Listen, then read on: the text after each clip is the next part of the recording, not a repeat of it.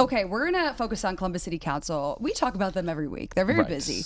And this is what the King-Lincoln Bronzeville improvements. Right. So on the table tonight is $7 million. And a lot of this is going to be focused on updating and upgrading streets, sidewalks, street lighting in that area. The main focus of this is to make that neighborhood safer for pedestrians and cyclists. Right. To that area. They're also going to add a big concrete median there at Mount Vernon Avenue.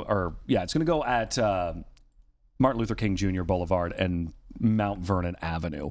This is not the first time that the King-Lincoln Bronzeville neighborhood has come up for the city. It has been a focus area probably for the past couple years of getting it turned over. Just last fall, the council approved more than $3 million to help update some of some safety investments over there. It came up during that. Nick Bankston, who is one of the city councilmen, this is what he had to say last year when we invested that, this time all about making sure that that neighborhood continues to move forward. Getting the necessary continued investment, because reinvestment doesn't happen when you just do one project. You have to continue to invest in the neighborhood. It's all going hand in hand.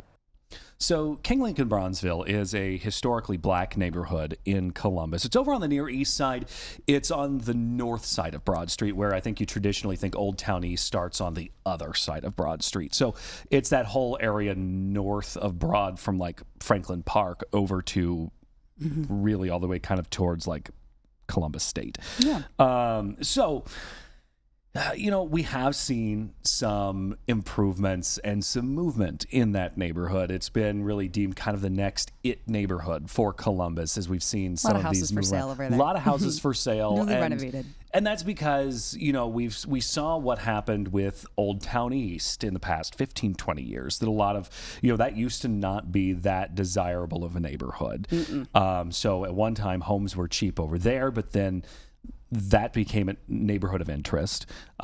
People moved in, turned these really spent a lot of money and time into these homes. And now you look at Old Town East, and Old Town East is unaffordable to buy in. But you cross Broad Street, and now you're in the King-Lincoln Bronzeville neighborhood. So with very similar homes, it's a very similar neighborhood. So that has now gained the sights of a lot of first-time home buyers who are looking at turning over that neighborhood. But the same thing has to be said, and this is a focus too of the neighborhood association over there, is how do we, we're welcoming in new people, but how do we also maintain and continue to make this a place that is also still there for the people who have lived here. We don't want to drive these people out who've been here forever. And, we talked with, let's go back to February 2025. This is when we held one of our 10 TV Listens town halls over in that neighborhood.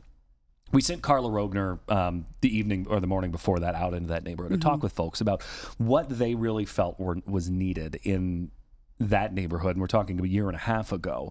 And a lot of that came down to, a lot of movement's been done. That neighborhood has improved significantly, but there's still some efforts that need done in terms of safety and infrastructure over there. And as we look at tonight, that is the direction that we're heading. So this is what a couple people had to say last spring. You see more people out in the community now, to where maybe 10, 15 years ago, they didn't feel as safe. It was a lot of drugs. It was a lot of homelessness. They've came and invested a lot of money into this area and did a lot to clean it up. For example, the aesthetics, city-wise, we can get more lights. It's not just around the new developed areas. We need lights throughout the streets. Long Street, Mount Vernon, and I think the internal structure should be better. Like, for example, no water flooding. They're kind of coming up on that, but we really need some structural stuff here in the city, in this area.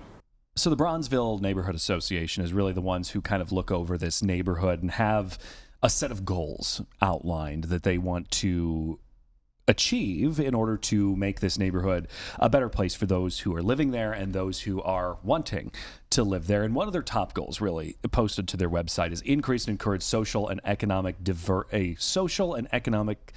diverse population, which goes back to how do we welcome in these folks, these first-time home buyers who are looking at, okay, we can afford homes over here, but how do we also continue to make the people who were born and raised in this neighborhood still able to afford it?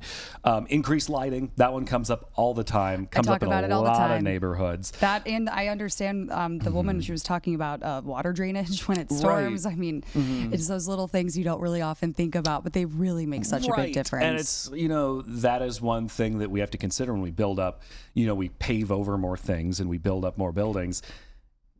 Concrete doesn't absorb water, so you have to figure out how to get all of that water into the sewer system where, lots and stuff, just absorb it.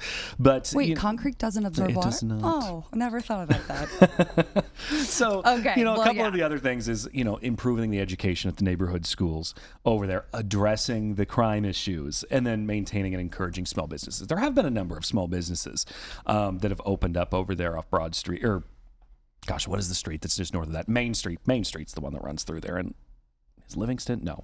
I'm doing my math in my head to figure out. I know exactly where the neighborhood is. I'm just like, wait, which street is that? Anyway, so we should have made a map. Yeah. Anyway, so we'll see. So $7 million is on the table. It'll likely be passed in order to do these upgrades over in the King-Lincoln Bronzeville neighborhood. Yeah. Also,